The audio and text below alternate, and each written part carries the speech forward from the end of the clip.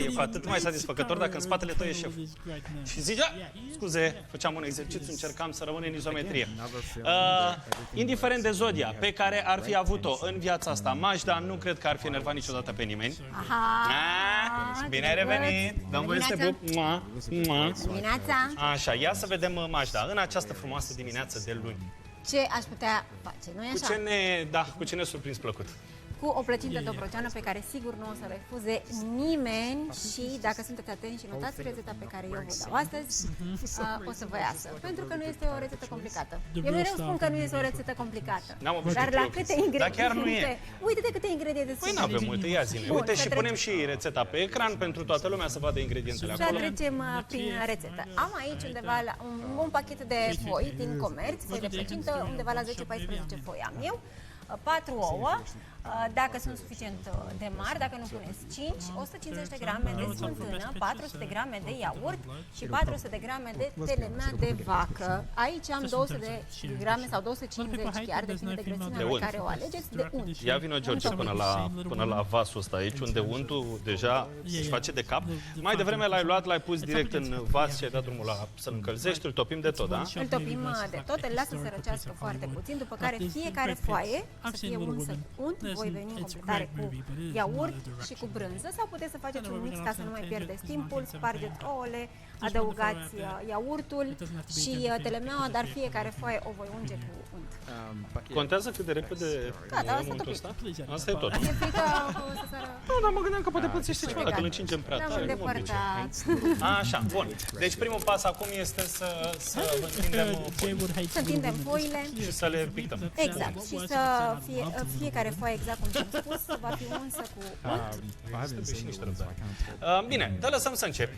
Bine, haide, eu încep. Revenim în bucătăria, vorbește lumea puțin mai târziu. Între timp dăm fuga rapid până la Tăuraș Nărăvaș. Iar Tăurașul Nărăvaș astăzi vă spune că urmează o rubrică importantă. Vă rog, haideți cu mine să vedem ce informații are pentru noi astăzi colegul Alex Dobreanu. Bună dimineața, Alex! Bună dimineața! Haideți să vă spun cele mai importante știri ale zilei. După o serie de creșteri alarmante, s-a mai temperat inflația. Luna trecută a ajuns la 9,8%, cu puțin sub lunile precedente, când creșterea TVA și a accizelor a generat scumpiri în lanț. Datele de la statistică arată că am plătit mai mult pentru fructe, cafea, lapte, ouă, dar și pentru transportul feroviar ori energie. Continuăm interesul românilor pentru munca în străinătate. A ajuns în 2025 la cel mai scăzut nivel din ultimii 4 ani, potrivit unei platforme de recrutare.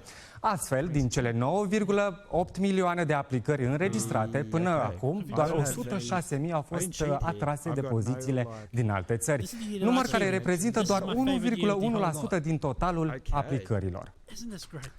Valoarea nominală a unui tichet de masă poate fi de cel mult 45 de lei, prevede un proiect de lege adoptat săptămâna trecută de plenul Camerei Deputaților. Inițial, proiectul de lege prevedea că începând cu data de 1 ianuarie 2024, valoarea nominală a unui tichet de masă nu poate depăși suma de 40 de lei.